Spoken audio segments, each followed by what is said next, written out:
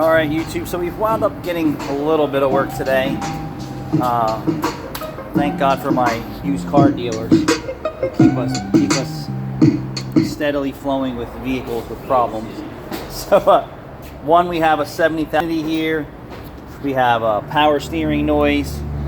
I would tell you that this vehicle's never had a power steering flush. The fluid is not cherry red anymore, so we're going to flush it and see what the power steering pump sounds like. We also have a Volkswagen here from the same dealership. These guys do a really nice job reconditioning their cars. You know, close to a new car when they recondition. They do a nice job. Oh yeah. This car was here with the check engine light on. They just wanted us to evaluate the check engine light. Someone cleared the codes, and it was for too lean at idle.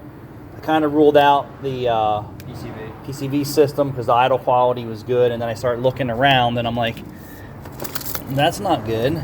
So someone who was in here left the clamp off the intake pipe, and they never bolted this down. So your mass airflow sensor's here. So I'm going to say that's probably just all that is that problem, as long as there's nothing else broke. And the valve cover gasket's leaking, so I'm just curious if they were in at the dealership. The customer said fix it, and then they called back and gave them the old don't fix my car scenario, right? They approve the job, and then they call you back 20 minutes later after they give you the approval and say, don't touch my car, I don't want to fix it now. While the technician's already in here, you know what he did? He slapped his shit back together and said, good luck. Yeah. That's exactly how I felt this went down. Vacuum hose, no. I don't think that's It's a vacuum line and there's nothing on it. for that car. You know, it's probably a used engine put in out of another vehicle. I don't really know. This is my suspect. So I suspect it was in for check engine light at the dealership. You can tell they just replaced the intake manifold. This is like brand new.